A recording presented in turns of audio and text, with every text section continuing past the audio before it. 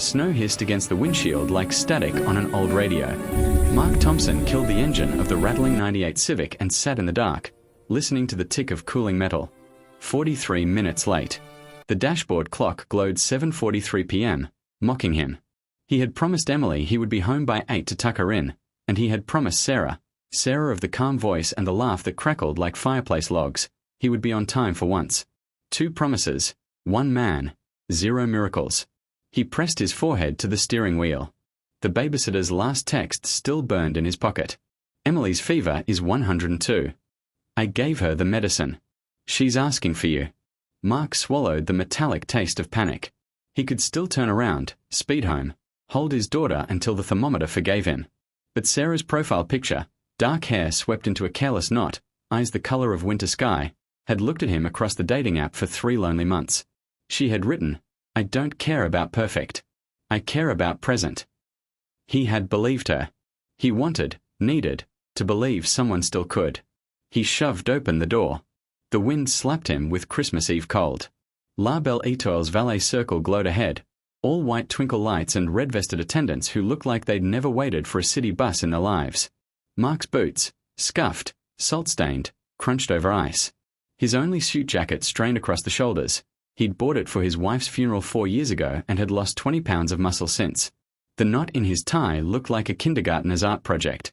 Inside, the restaurant smelled of rosemary and wealth. A string quartet soared through O Holy Night, while chandeliers dripped light onto white tablecloths. Mark's gaze swept the room and snagged on a single woman at the corner table. She wore a sleeveless emerald dress that caught every facet of the chandelier. One elbow rested on the table, chin in hand, watching the door the way sailors once watched horizons. A half-empty glass of red sat in front of an untouched plate. She had waited. Mark's heart punched his ribs.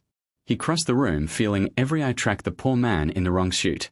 When he reached her, words stuck behind his teeth. Sarah's smile came slow, like sunrise. You're here.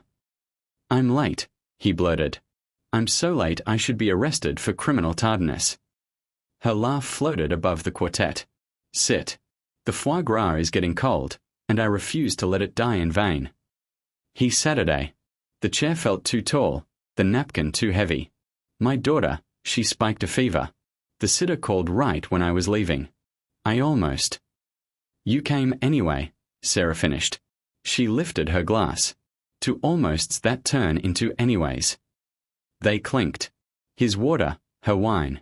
Mark studied her across the candle. Sarah Ellison, 35, CEO of Ellison Arc, the green architecture firm that built rooftop forests on Manhattan high-rises.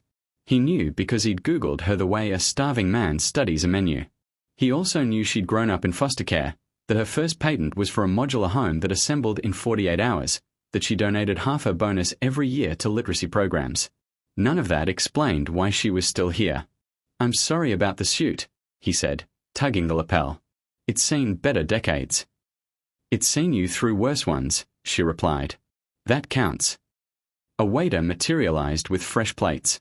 Mark stared at the tower of microgreens and edible gold leaf. I usually do chicken nuggets shaped like dinosaurs. Sarah's eyes softened. Emily's favorite. Triceratops. She says the horns make them fierce. He rubbed the back of his neck. She's 6. Leukemia took her mom when she was 2. I'm still learning the playbook. Sarah set down her fork. I waited tables through undergrad. Burned more dinners than I served. My playbook was don't cry in front of customers. You're doing better than I did. Mark exhaled a laugh that surprised them both. I was supposed to be here at 7 with flowers and a story about how I'm not always a disaster. Instead I've got snow in my hair and a kid who thinks Santa might forget us this year. Sarah leaned forward. Tell me the disaster story. The real one. So he did. He told her about the double shift at the warehouse, the forklift that died mid-aisle, the supervisor who docked his pay anyway. He told her about Emily's fever chart taped to the fridge like a battle map, the way she whispered Daddy, don't leave when the medicine made her shake. He told her about the Christmas lights he hadn't hung because the extension cord shorted out, and how he'd promised Emily a real tree but settled for a 2-foot plastic one from a drugstore. Sarah listened the way people listen to music they've waited their whole lives to hear. When he finished, the restaurant had emptied around them. even the quartet packed up. The candle guttered between them. "Your turn," Mark said quietly. Sarah traced the rim of her glass. "I close deals worth 9 figures before breakfast. My board thinks I'm made of steel. But every Christmas Eve since I was 9, I sit alone because the group home served turkey at 4 p.m. and locked the doors at 6. Waiting became a habit. Tonight I decided to wait for something that might matter." Mark's throat tightened. "And I'm the something." "You're the something who showed up," she said. "Late, terrified, honest. That's more than the algorithm promised." Snow tapped the windows like it wanted in. The Maître d' hovered, clearing his throat with theatrical politeness. Sarah stood. "Walk me out." Outside, the valet had vanished.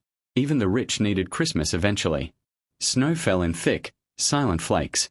Mark's Civic looked like a toy beside Sarah's sleek black town car idling at the curb. "I should get home," he said. "Emily." "We'll need her dad," Sarah finished. She reached into her coat and pulled out a small silver box tied with red ribbon. "For her. Open it tomorrow." Mark took it, thumb brushing hers. Static sparked. "I didn't bring you anything." "You brought yourself. That's the rare edition." He laughed, the sound rusty. "Can I call you after Santa's done his rounds?" Sarah's smile turned mischievous. "I'll be awake. Someone has to assemble the Triceratops nuggets." Mark's eyes burned. He leaned in, slow, giving her every chance to step back, and pressed a kiss to her cheek. Her skin smelled like pine and possibility. "Merry Christmas, Sarah." "Merry Christmas, Mark." He watched her car glide away, taillights blurring into red halos. Then he drove home through empty streets, the silver box warm in his pocket. Emily's fever broke at 3:17 a.m. Mark knew because he was timing it the way sailors time stars. She slept curled against his chest, breath steady, the plastic tree glowing blue on her nightstand. He eased the silver box from his coat and set it under the tree beside the drugstore Barbie he'd wrapped in the comic section. Morning came with weak winter sun and the smell of burnt toast, his specialty. Emily padded out in footy pajamas, hair a blonde tornado. "Daddy, Santa came." She pounced on the silver box first. Inside lay a tiny glass Triceratops, hand-blown, its horns tipped with gold. A note in elegant script read, "For the fiercest girl I haven't met yet. S." Emily squealed. Mark's heart flipped like a pancake. His phone buzzed. "Sarah, how's the patient?" Mark, demanding dinosaur-shaped pancakes. "You free for breakfast?" "I make a mean, lopsided snowman." 3 dots. Then, "Sarah, I'll bring real maple syrup." And a stepladder for the Christmas lights. They met at the cracked sidewalk in front of Mark's walk-up. Sarah wore jeans and a red coat, hair loose, cheeks pink from cold. She carried a paper bag that smelled like heaven and a string of multicolored lights still in a box. Emily took one look and launched. "You're the lady from Daddy's phone." Sarah caught her midair. "And you're the Triceratops expert. Show me your tree." Inside, the apartment was all thrift store couch and crayon art, but Sarah walked through like it was Versailles. She hung lights while Mark flipped pancakes. Emily narrated the entire plot of The Land Before Time. When the last bulb glowed, Sarah stepped back. "Perfect," she declared. Mark met her eyes. "Getting there." January slid into February. Sarah's town car learned the route to the children's hospital. She sat through chemo sessions reading Little Women in funny voices while Mark held Emily's hand.